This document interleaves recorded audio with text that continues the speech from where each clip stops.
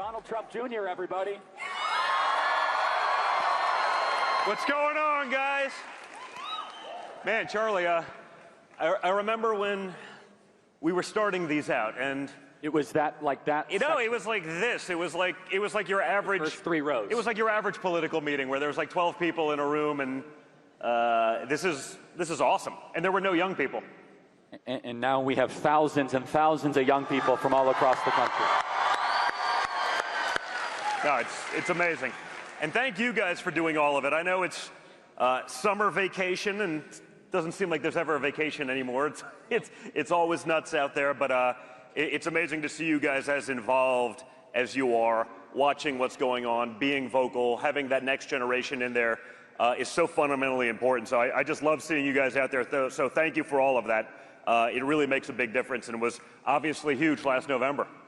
Yeah, and the theme of what we're talking about is fulfilling the mandate, especially for the younger voters in this audience. Last week, the One Big Beautiful Bill was finally passed and signed into law.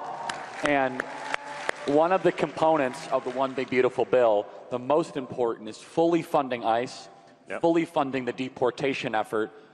What would your perspective be? Your father has said no amnesty under any circumstances whatsoever.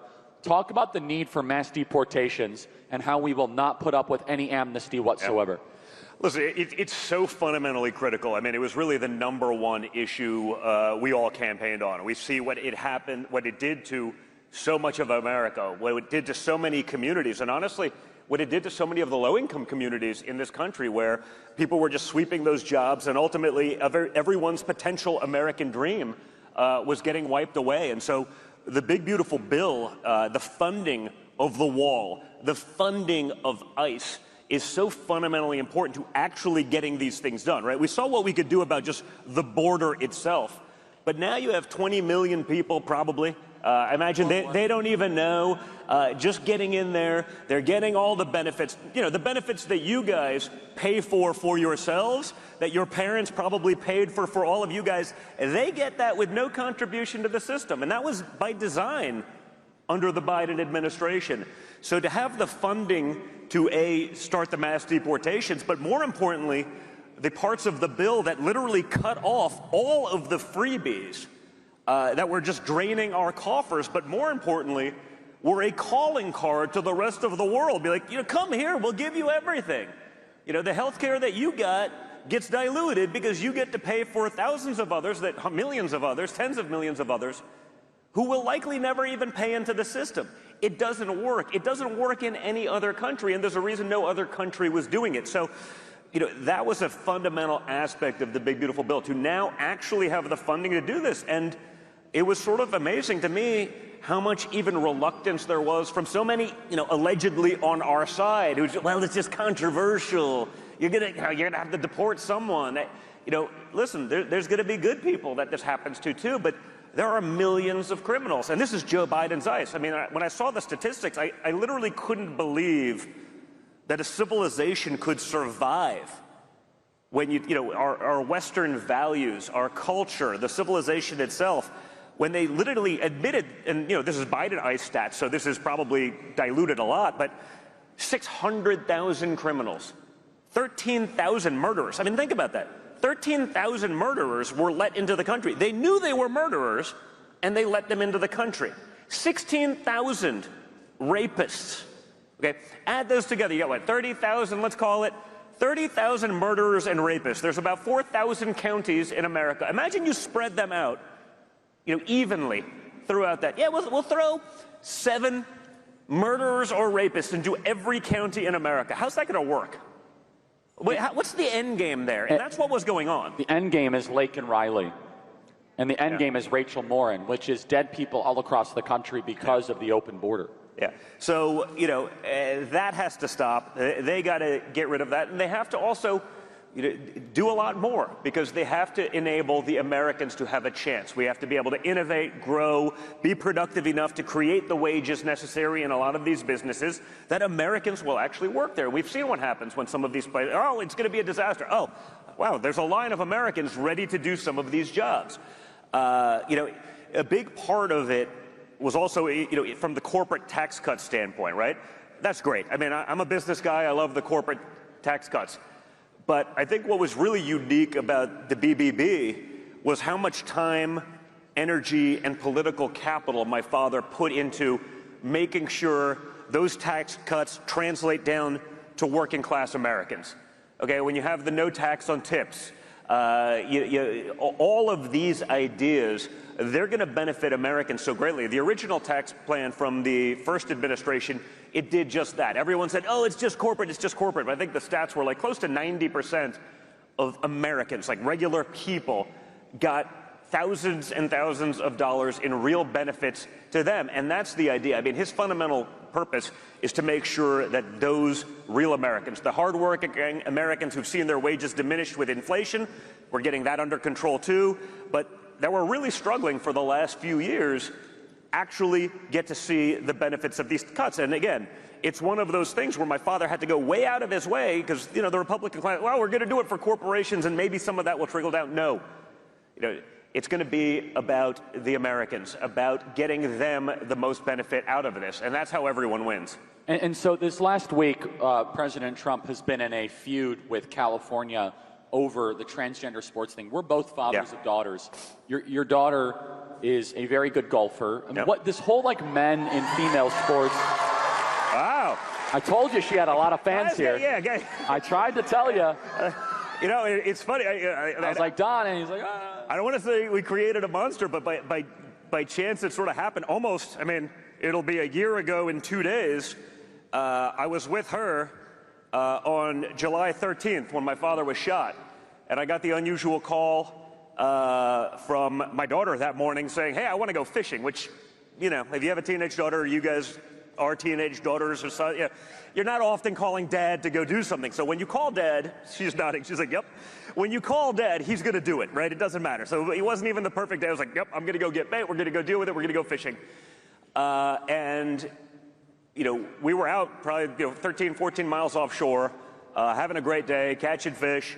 And we got the call. And, I picked up my phone. It's like, your dad's been shot. I'm like, and? Well, we don't know anything. I'm like, oh, that's wonderful. There's calls that are good and bad. That's only a call that has degrees of bad, right? And we didn't know anything, and we're frantically kind of calling. I guess the only thing that I guess they did right that day was shut down other communications. And so I think we set the sea speed record from offshore into Jupiter, where we live. And, finally we were able to get my dad on the phone, and, it was sort of a harrowing thing. By then we had seen some of the videos of him coming back up with the sort of fight, and I just got on the phone. Yeah.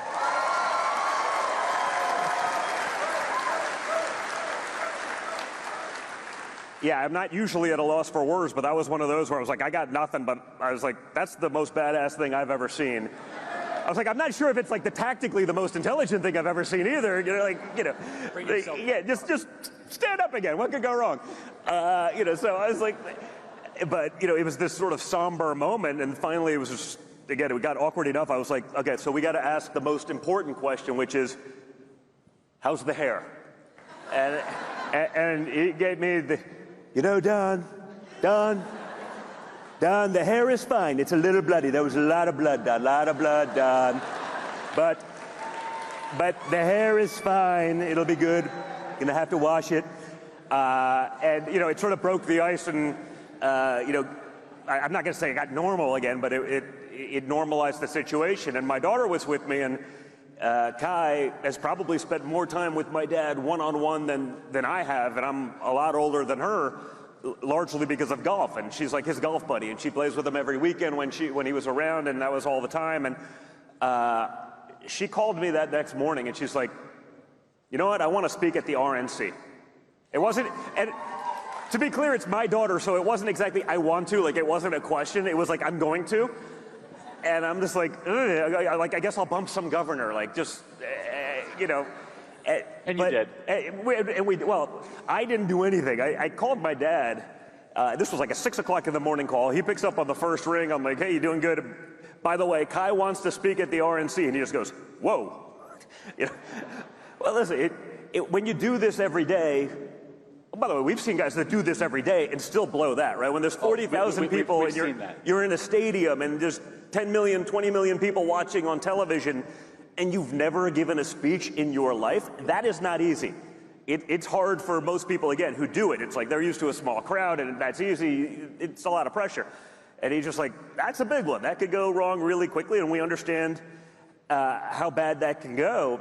But he just thought about it for a second. He goes, you know what? That kid's a winner. She'll do great. Like, that was it. Like, congratulations. She'll open for you, and, like, we'll bump someone and make it happen. And she's done a pretty good job since then. So, yeah, she's amazing. So then, and President Trump deserves so much credit, making sure men are not going to be in female sports, which is the kind of connection. So she's a great golfer. How do you interpret how the Democrat Party continually embracing this men and female sports issue? What is their reluctance to just moderate on this issue? You know what? I love it. I think it's such a top issue, especially for like a lot of the demographics that, men sort of understand it intrinsically. I think, a lot of soccer moms around America sort of, their entire currency, was virtue signaling, right? And like they latched onto this thing. And I think it was one of the guys from Daily Wire actually gave me credit a couple months ago. They were like, wow, Don Jr. was on this issue in 2017, because before it was really a thing, you'd see it. Like some dude would win a high school girls like track championship and they're getting a scholarship to the finest university for track. And I'm like, yeah, but it's a dude. And this was Twitter 1.0. So let's just say guys like you and I and probably everyone else in this room, we were definitely in the minority there. It was 95-5, 90-10, conservative to, raging libtard. And even then, though, I'd put it up, like, this is insane. And I'd read the comments, and it was, just people who were just waiting to comment on anything, to hate on me, whatever it is, and I feed off the hate. It's great. It's fine. But I remember reading the comments and being like, wow, this is a losing issue for them, because even the people who hated my guts were like, oh, I hate Don Jr. so much, but he's right. Next comment, oh, I can't believe I agree with Don Jr. on something. That's how ridiculous it was, like, before it became a thing. And then, the trans mafia, which was, the most beyond reproach organization in the history of the world. I've never seen a group of people that probably comprise like 0.02% of a society they were infallible, right? They could do no wrong. They were obviously right. And the Democrats fed into even against like, gay liberals who were like, wait a second. We fought for decades to be able to get, equality, and they don't want equality. They want equality plus. This is insane. So, I think it's asinine. I think it was a great issue for people across the board, for reasonable people who weren't sort of politically entrenched, for independents. And I love that even knowing this now, even years later, even when it's an abject fail, they literally can't help but continue to go all in on the issue. It's a 90-10 issue. And, if Trump is in the 90, they just got to take 100% of the other 10 and back it 1,000%. So, I'm glad to see that they're still doing it because I think it helps us in the long run. It's bad for the country, but it is a disaster for the country. It's a disaster for our daughters. It's an absolute embarrassment. Again, as a father of a girl athlete, to say that, like, hey, you're just going to have to deal with it because that guy's 8 inches taller than you and stronger. Have you had to deal with that? Not yet. How would you? I'd be vocal. I'd be. And what's your advice loud for parents that have to deal? I think dads need to start rising up and saying, we're not going to put up with this stuff. What is this? No. Hey.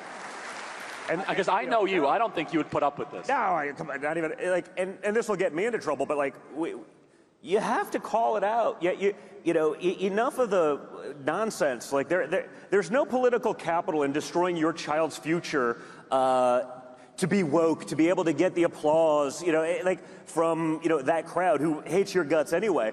And so, I think it's so fundamentally important that we all have to become unafraid to speak up on these kinds of issues. And when you do, you realize there's actually a lot of us. It's the vast majority. But again, for years, we've been put into these corners. There was a time where if you said these things, you'd be canceled. You'd be thrown off social media. You'd be thrown out of the PTA meeting. You couldn't do that. So we have to stand strong for this. I've gone through enough of the child athlete sports thing. I have 5 kids. I'll get in trouble as a dad again for saying this, which is like, there's nothing quite as painful as like a 3-year-old's like triple header in softball. Like if you're going to put in years of that kind of time, and then your daughter or your kid becomes a great athlete, and you just say, oh, well, I guess it was a good run. They're better than the other girls, but there's 3 dudes that just took their spot. I guess we're just going to take it.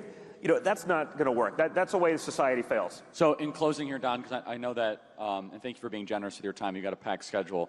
The question we get a lot from the audience is, Charlie, how do I deal with the hate? Picking up on something you said. You said it briefly. You said, the hate fuels me. I love the hate. Yeah. Because if you look at these amazing students, and do you notice, Don, we give the best tickets to our students? They should. Right? These are the warriors right here. And so when they say, Charlie, how do I deal with the hate at my high school? How do I deal with the hate at my college?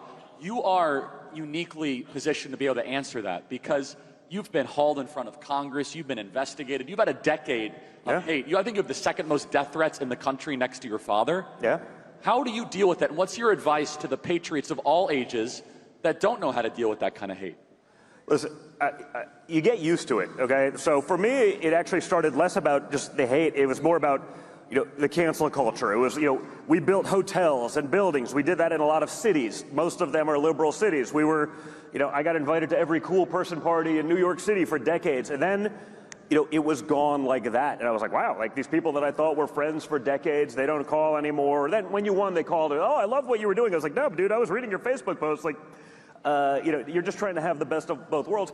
It does take time, but I realized it was actually better, even from a business standpoint, to be a leader for a large group. If it was 50% of the country, it's like, wow, there's still something there, right? I'd rather be thought of by them as someone who's willing to have that conviction to fight for these things than be sort of agnostic to the general population. It was just another guy that was there. So it took a lot of time. I mean, it took a lot of, lost hundreds of millions in business, not just on the sort of the lawfare side of things that we were fighting, but just people canceling because, well, one person in a group of 100 doesn't like you, so we're just not going to go to your hotels. That was hard to get used to, but once you got used to it, you realized there's still hope.